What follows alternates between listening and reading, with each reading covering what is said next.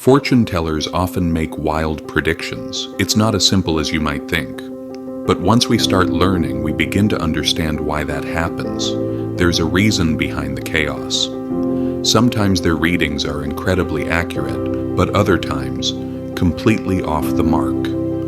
And yes, there's a reason for that too. When we sit in front of a fortune teller, we're in a still, passive state, not in motion. And reading someone in a still state is incredibly difficult. Life itself is dynamic, not static. We sit quietly for 15-20 minutes and expect them to read us accurately. That kind of precision is extremely rare. But out in real life, we're in motion. Eating, drinking, working, dealing with conflict and competing interests. That's when our true nature reveals itself. That's why reading someone in motion is much easier and far more accurate. When we're still, it's just not the same. When we're still, everyone seems nice. But in real life, when conflict hits, you see the truth right away. It comes out instantly. Sit quietly, everyone looks gentle, but out on the street, a small incident happens, and suddenly eyes flare up, and it's a different story. One person's eyes flash with anger, they're fierce. Another's eyes show panic, they're anxious and insecure. And someone else, their gaze goes blank. That's a sign of delusion or obsession. The same situation, but if you freeze up and can't respond, that's delusion. If instead your eyes flare with aggression, trying to dominate others, that's anger. A mind that wants to overpower. Now, if your inner strength is strong enough, that energy might make you a leader. But be careful. It also draws resentment, even danger. Look at Zhang Fei, fierce eyes, always pushing others around. His inner strength made him a general, but in the end, he was killed by his own men. That's how the lessons emerge. Over time, through observation and reflection, they become the wisdom of physiognomy. There's nothing mystical about it. Just watch, analyze, and keep distilling the insights. Do that long enough, and it becomes a body of knowledge. On the flip side, pay attention. These days, so many people are raised like factory farm chickens. So when they face real-life challenges, they panic. A factory chicken feels perfectly safe in its cage, but the moment it's set loose in the forest, it freaks out. That's how it is. Out in the world, when something goes wrong, they panic. You can see it in their face, the nervous twitch, the stammering words, the anxious, darting eyes. That's the mind gripped by fear, worry, insecurity. And right there, you're reading their inner state. You're reading their mind. In physiognomy, the hardest part isn't reading someone's features, it's reading their mind. The inner state is far more difficult to see than the outer form. So when we sit still in front of someone, what they're really reading is our appearance. Not our thoughts, not our heart. Two men, same height, same good looks. But once they step into the world, everything changes. One looks at life with calm strength, the other with worry and unease. Who's more likely to succeed? It all comes down to the eyes. The one whose gaze carries peace and power, that's the one who rises. The other, with anxious, restless eyes, he stumbles. On the outside, they look identical, but when you read their inner state, their mind, the difference is night and day. So today we're walking this path together, with intention. This morning we focus on the physical form, but from the afternoon into the evening, we dive deep into the mind. Most books on physiognomy, they're thick, and yet 95% of the content is about appearance. Only a few scattered lines touch on the mind.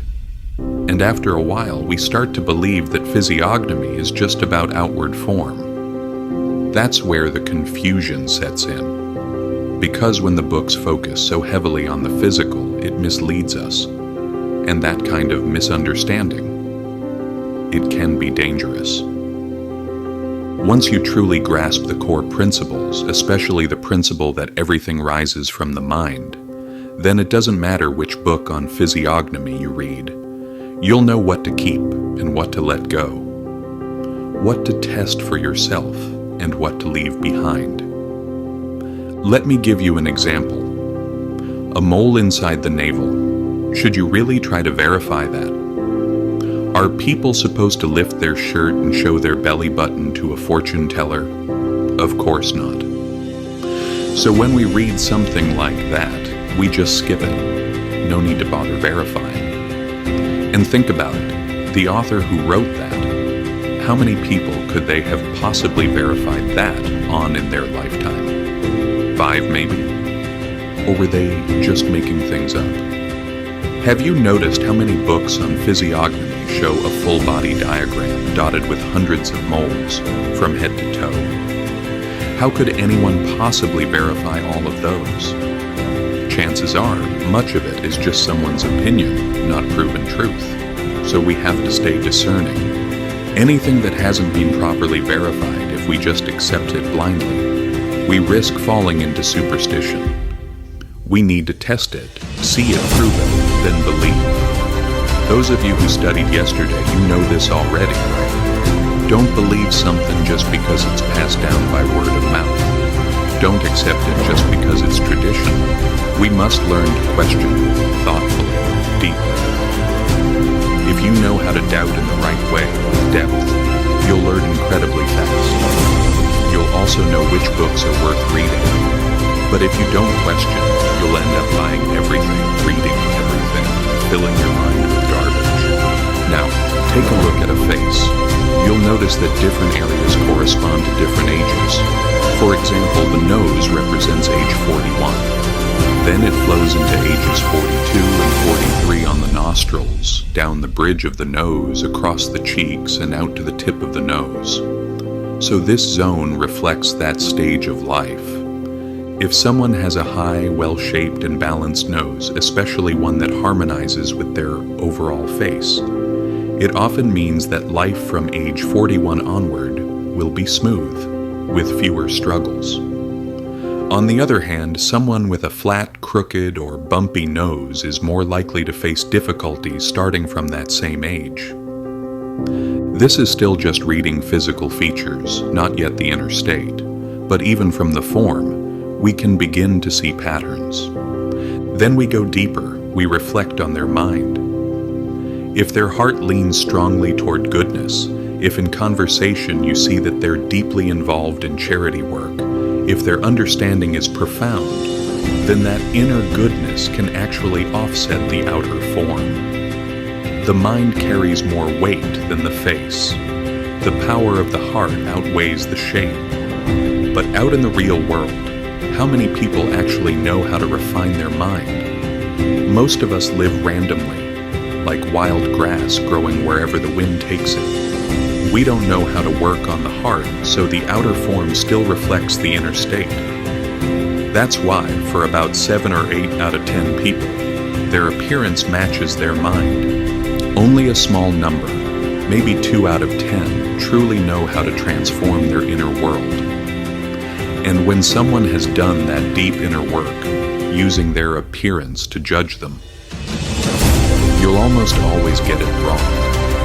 That's why fortune tellers often avoid reading the faces of monks. They don't dare, because how could they know what kind of spiritual practice that monk has done? It's unreadable. They steer clear. They also avoid major philanthropists, people who've devoted themselves to doing good. You can't read them easily either. Even highly educated people, especially those involved in selfless work, are often passed over. Because once the heart has been refined, the old rules no longer apply. Do you remember the old story about the famous Feng Shui master? One day he was invited by a businessman to help assess and improve the Feng Shui of his ancestral home in the countryside. The man came to pick him up in a car. As they drove into the village, planning to renovate the old family house he often visited on weekends, something happened. At the entrance to the village, a young child was playing in the middle of the road. The businessman gently stopped the car, got out, smiled, and warmly asked the child how they were. The child beamed with joy. The man carefully moved the child to the side of the road before continuing. As they drove just a few hundred meters to the house, he kept stopping, chatting with neighbors, checking in on elders, always kind and attentive. When they finally arrived, the Feng Shui master turned to him and said, "There's no need to adjust anything in your home." Surprised, the man asked, "Why not?" The master replied, "With a heart as kind as yours, Feng Shui becomes irrelevant. When your way of treating people is already this full of warmth and respect, external adjustments no longer matter." That's a powerful lesson, isn't it? Think about it. Feng Shui, is it something inside us or outside? It's about our house, our surroundings, so it's outside. No matter how you turn or arrange it, it's still external. But the root of everything lies within. What truly matters is whether we're putting in the inner effort, the external factors. They're just conditions we interact with. They're secondary. If your inner world is strong enough, then the outside no longer holds much weight. If your inner strength is solid, then it doesn't really matter what the outside looks like. You'll adapt. Whether you walk, bike, or drive, whether you climb a mountain or walk on flat ground, it's all the same. In this case, the mountain or the plain, that's Feng Shui, just your surroundings. But imagine someone who's physically weak and out of shape, short, overweight, eating 5 meals a day, glued to the TV and fridge. One day you invite them on a trip and come across a steep mountain. After 10 steps, they give up. No way. With this kind of terrain, I'd rather stay home. That mountain, to them, it is bad Feng Shui. It overwhelms them, not because of the mountain, but because their internal capacity isn't strong enough to face it. Now imagine if that same person had power. Say they were a king. They might command soldiers to flatten the mountain just so they can pass through. That's how they fix Feng Shui. Isn't that the same as when we renovate our house, change its direction, move doors and walls around? It's just a bigger version of the same thing. So the root of Feng Shui, yes, adjusting the outside can help. It's beneficial. But the real foundation lies in transforming yourself. And that is much harder.